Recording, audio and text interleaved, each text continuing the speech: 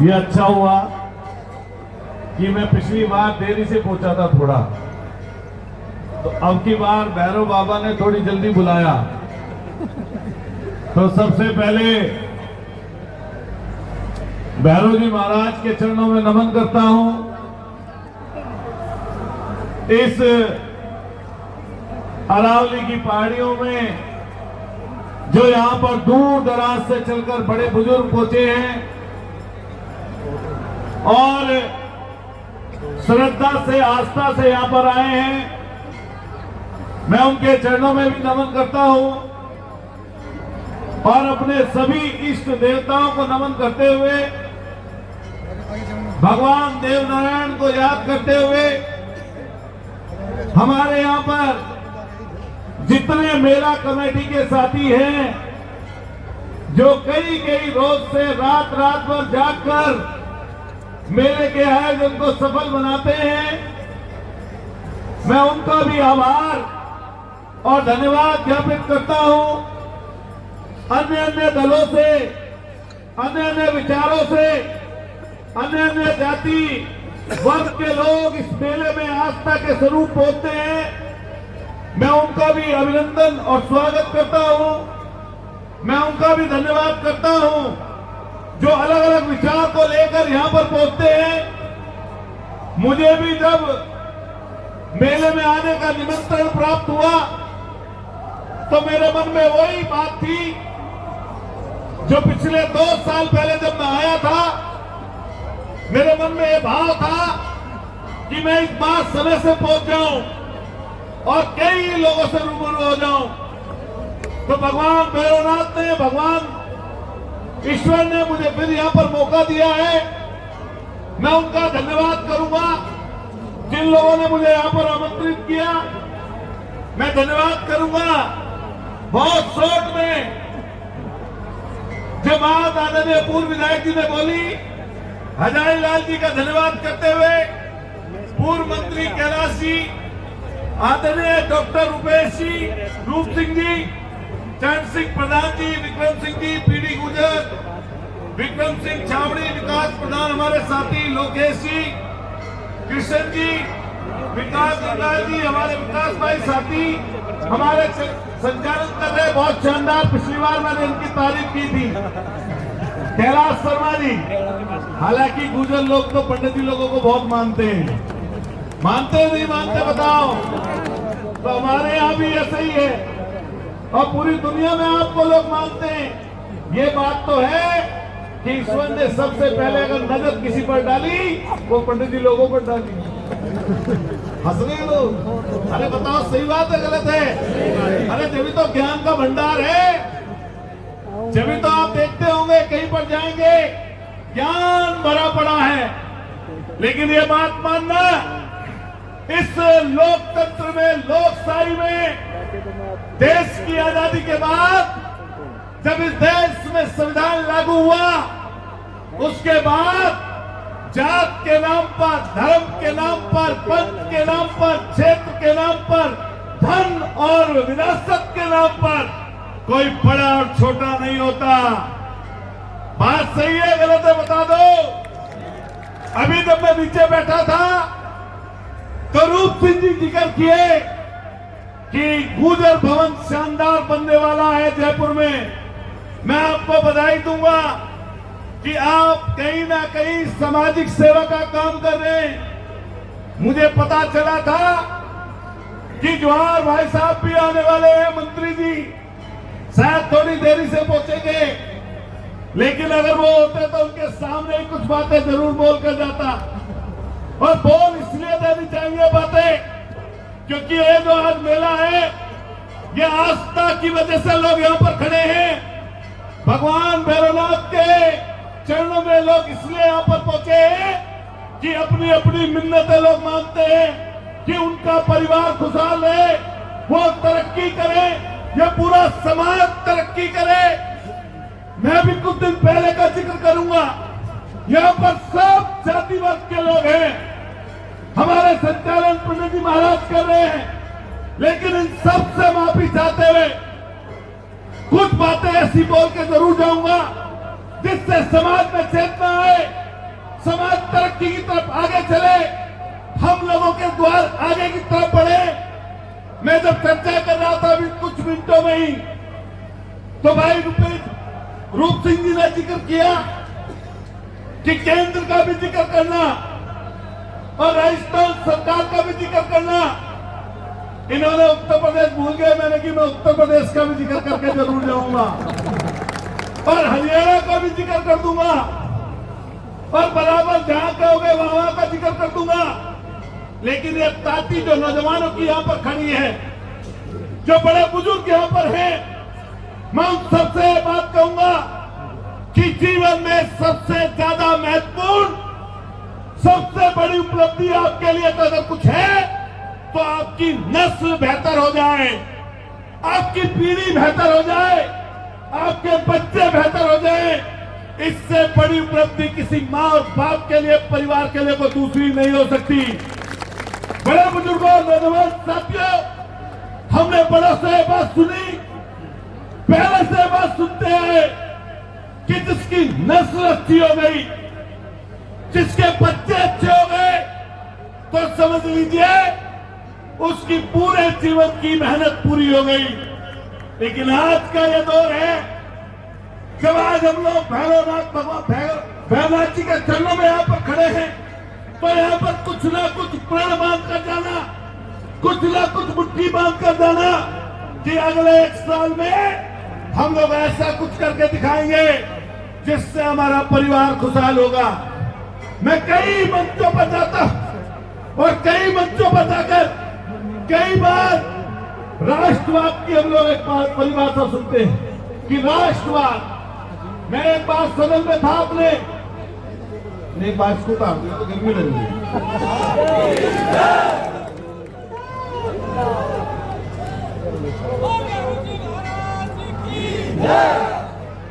तो मैं सदन में था, विधानसभा अपनी, तो ऐसे ही कोई स्पीच चल रही थी, तो हमारे विपक्षी आदमी ने कहा कि तुम प्रधान राष्ट्रवाद की बात करो। बुरा मत मानना पंडित जी, कोई बात कहूंगा एक समाज है, तो राष्ट्रवाद की बात करो। मैंने कि तुम हमें जानते नहीं हो, ये गुर्जर जात, ये गुर्जर समाज, ये चरम जात राष्ट्रवादी है, चरम जात।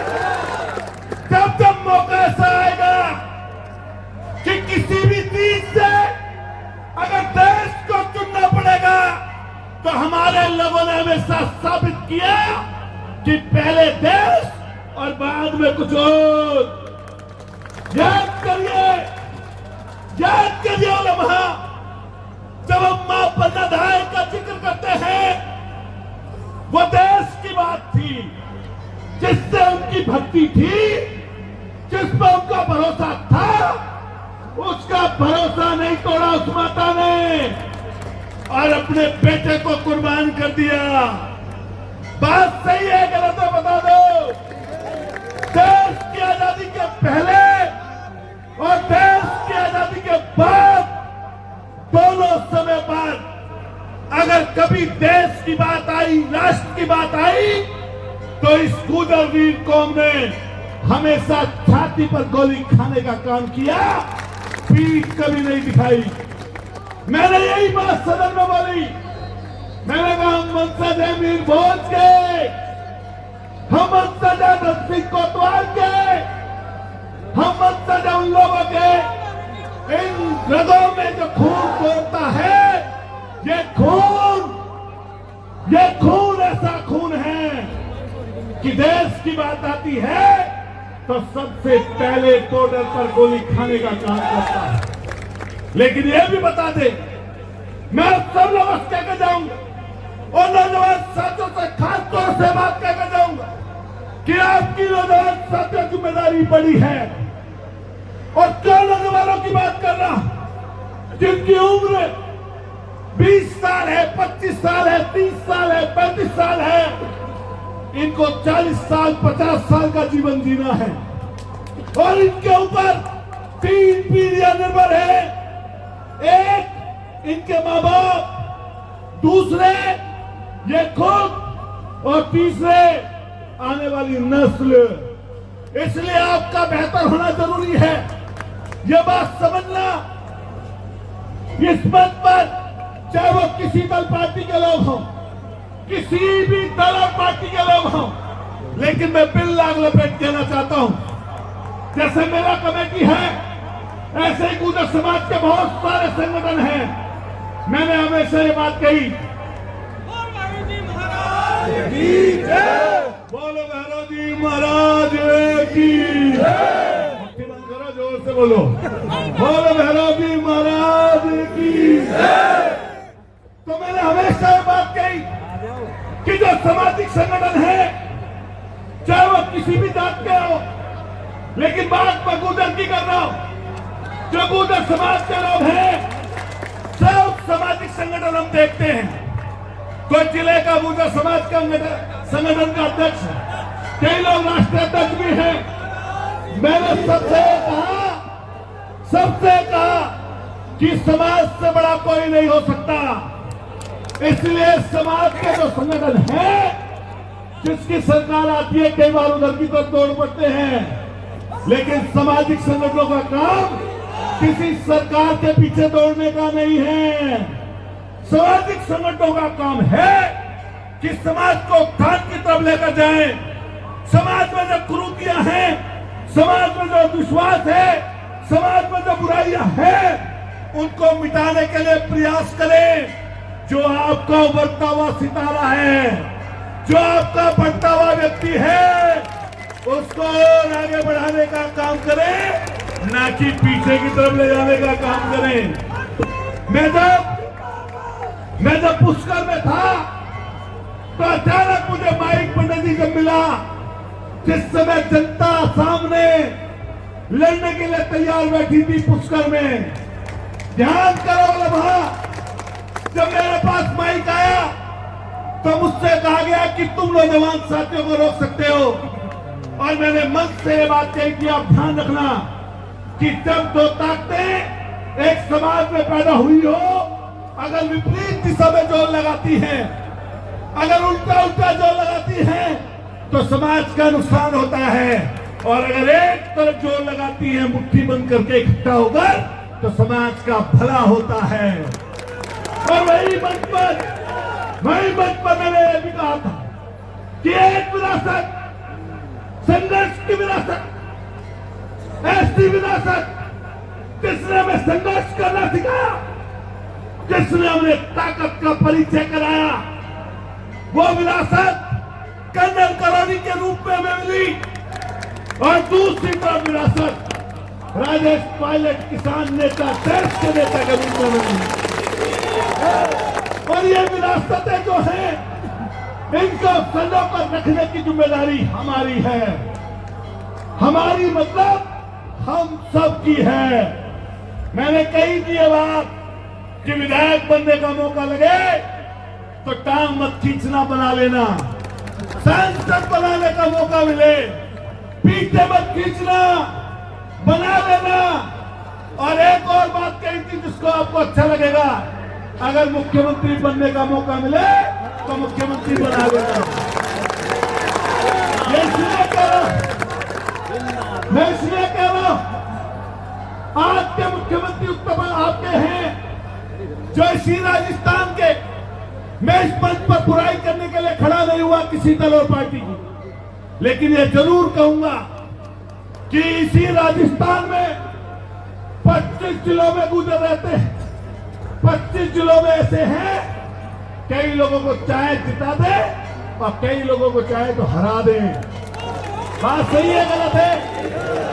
लेकिन जब समाज की बात आती है तो जाइए हरियाणा में तो एक राज्य मंत्री, आइए राजस्थान में एक राज्य मंत्री, और जाइए उत्तर प्रदेश में तो एक राज्य मंत्री। और टक्कर की बात करते हैं किससे? टक्कर की बात करते हैं पायलट से। अरे बताओ, मैं खुला कह रहा हूं इस मंच से, मैं खुला कह रहा हूं इस मंच से कि पूरे देश में अगर मुख्यमंत्री की दौड़ में कोई समाज का व्यक्ति है तो वो बस एक ही है। इसलिए कहते हैं इसलिए कह के जाएंगे वो मेरे दल और पार्टी की वजह से खड़ा नहीं हुआ इस पद पर। भैरव भगवान ने बुलाया है यहाँ पर, तो मंदिर कमेटी के लोगों ने बुलाया है यहाँ पर, और समाज के रूप में यहाँ पर खड़ा हूँ, उसकी नुमाइंदगी के लिए खड़ा हूँ। और जितनी अन्य जाति के लोग यहाँ पर खड़े हैं, बैठे हैं, उनको अपना आदर्श मानते हुए मैं आप सब लोगों से, नौजवान साथियों से, मंदिर कमेटी से, एक एक व्यक्ति से कह के जाऊंगा कि जात के नाम पर कभी किसी को छोटा और जात के नाम पर कभी किसी को बड़ा मत मानना। अगर किसी को छोटा मानोगे तो कोई तुम्हें भी छोटा मानेगा। इसलिए ध्यान रखना, कोई महापुरुष हो, किसी भी जाति में जन्मा हो, उसका आदर करना, और कभी मंच से, माइक से, सार्वजनिक जगह पर अकेले बैठकर कभी जनता के बीच में, लोगों के बीच में कभी किसी जाति के लिए अपशब्द नहीं बोलना। जो लोकतंत्र में, लोकशाही में जातियों को तोड़ते हैं वो छोटे रह जाते हैं, और जो लोकतंत्र, लोकशाही में जातियों को जोड़ते हैं वो बड़े बन जाते हैं। ये बात ध्यान रखना। अभी जिक्र चल रहा था, जानते हो आप क्या ताकत होती है समाज में, क्या ताकत होती है सामाजिक संगठनों में। अगर इसकी बानगी देखनी है तो जाइए पंजाब, पूर्व के मुख्यमंत्री के बेटे प्रकाश बादल, आपने देखा होगा गुरुद्वारे के सामने समाज के लिए माफी मांगते हुए गले में तख्ती बांधकर बैठे थे, तख्ती डालकर। कई लोग पता नहीं होगी ये बात, उन्होंने कई बेअदबी कर दी सिख समाज की शान में, या कुछ गलत बोल दिया, उसकी माफी ऐसी उन्हें नहीं मिली। गले में तख्ती टांगी, इतने बड़े आदमी ने गुरुद्वारे की चौखट पर बैठे, और कई बूट पॉलिश करनी पड़ी, बर्तन मांजने पड़े, और तख्ती गले में डांग कर ये कहा कि मैं समाज से माफी मांगता हूं। ये ताकत होती है समाज। अभी एक घटना हुई आपके इसी राजस्थान में, मैं जातियों को जोड़ने की बात करके जाऊंगा, कोई बुरा मत मानना। एक लड़का है, नौजवान, जिसका नाम है नरेश मीणा, है या नहीं है बताओ। मैं तो देख रहा आजकल उनके गांव के सामने नरेश की ढानी लोग बोर्ड लगा दे रहे, बताओ लगा दे रहे नहीं लगा दे रहे। लेकिन हमेशा जानना, जब कोई जातियों को लड़वाने की बात करे तो उससे पीछे हट जाना, जातियों को जोड़ने की बात करना। मैं इस बात की तो पैरवी नहीं करता कि किसको उसने चांटा मार दिया असलियों को, लेकिन एक चीज की पैरवी जरूर करता हूं, जब अगली बार कोई बेईमानी करेगा अधिकारी तो उसे डर लगेगा कि तेरे मुंह पे ये आएगा थप्पड़ मारूंगा। जब अगली बार बेईमानी कोई करेगा तो उसे नजर आएगा कि बेईमानी करेगा, अगर गलत काम करेगा तो ऐसा भी हो सकता है कि 2 तान के मारे को लपाड़े। बात सही है गलत है? मैं तो सोच रहा था कि आज टोंक जाऊंगा नरेश से मिलने, लेकिन पता चला रात हो जाएगी, 1-2 दिन में फिर पहुंचेंगे। नौजवान साथियों से अपील करूंगा कि कोई महापुरुष हो, बाबा साहब को मानने वाले लोग हो, भीमराव अम्बेडकर साहब को, कोई सरदार पटेल जी को मानने वाले हो, कोई चौधरी चरण सिंह जी को मानने वाले हो, कोई पंडित राम बिस्मिल जी को मानने वाले हो, कोई शहीद आजम भगत सिंह जी को मानने वाले हो, और कोई किसी भी महापुरुष को मानने वाला व्यक्ति हो, आप कभी भी किसी महापुरुष की शान में कभी गलत शब्द मत बोलना। ऐसे लोग जुड़ेंगे। अभी एक घटना हुई उत्तराखंड में, आपने देखा होगा राजा साहब की घटना, देखी नहीं देखी? चैंपियन नाम है उनका, चैंपियन। बात सही है गलत है? हमने कहा घटना तो हो गई, लेकिन हमें सामाजिक लड़ाइयां नहीं लड़वानी है। हम जात का झगड़ा नहीं चाहते, हम जाति से जाति को कभी लड़ाने की बात नहीं करेंगे। कभी लड़ाने की बात नहीं करेंगे। और हमने वहां कहा कि समाज के बुद्धिमान और अच्छे लोग निकलकर सामने आए और इस झगड़े का पटाक्षेप करें। आपसे भी ये बात कहते हुए बात समाप्त करूंगा। जब आप ताकतवर रहेंगे, पता चला एयरपोर्ट के बाद 10 करोड़ की राशि का इकट्ठा हुए हैं, उधर भवन बनने जा रहा है। लेकिन अगर कहीं हमारे पंडित जी भवन बनाने लगे तो पीछे मत हटना, इनका भी बनवा देना, इकट्ठे मिल जाए। और आपको सहयोग की जरूरत पड़े तो इनसे भी सहयोग ले लेना। अगर किसी भी जाति वर्ग के लोग यहाँ पर बैठे हो, मैं सिर झुकाकर और हाथ जोड़कर उनसे सबसे ये बात कहूंगा कि हम लोग जातियों को जोड़ने निकले हैं, हम तोड़ने नहीं निकले। अपने समाज का सम्मान करना, अपने समाज को तरक्की की तरफ लेकर जाना, अपने समाज के लिए अच्छा सोचना, अपने समाज को संस्कार देना, अपने समाज से संस्कार लेना, उसको बेहतर बनाना जातिवाद नहीं होता। जातिवाद क्या होता है कि किसी मंच पर, किसी जगह पर किसी जाति के लिए अपशब्द बोले जाए और अपनी का बखान किया जाए, ये जातिवाद होता है। इसलिए मैंने जो बात बोली है वो किसी जाति के सम्मान में नहीं बोली। मैं जहां से विधायक हूं, दावे के साथ ये कह सकता हूं कि जितनी कौम वहां पर है, 2 बार चुनाव हारा, छात्र राजनीति में था, बिन माँ बाप था, बिना विरासत था, बिना पैसे के था, पहली बार चुनाव हारा, फिर 5 साल मेहनत, फिर चुनाव हारा, फिर 5 साल मेहनत। और जो व्यक्ति हमारे सामने कहा करता था जय प्रेस की सुरक्षा लेकर घूमकर कि 25 साल तक कोई नहीं हरा पाएगा, हर एक जाति वर्ग के लोगों ने वोट दे दिया और वहीं पर पटकनी देकर आया।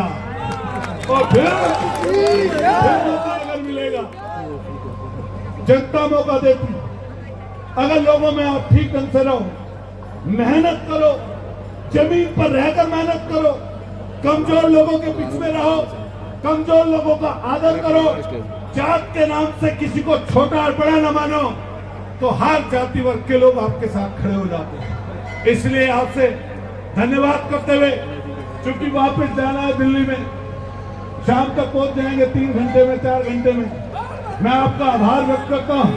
पूरे समाज के तमाम बड़े बुजुर्गों का इनके चरणों में प्रणाम करते हुए, आप सब बड़े बुजुर्गों के चरणों में नमन करते हुए आपका धन्यवाद करूंगा। और मेरे मुंह से अगर कोई गलत बात निकल गई हो तो माफ कर देना, कोशिश तो सही की है, कोशिश तो सही है। इसलिए आपका बारंबार धन्यवाद, आभार।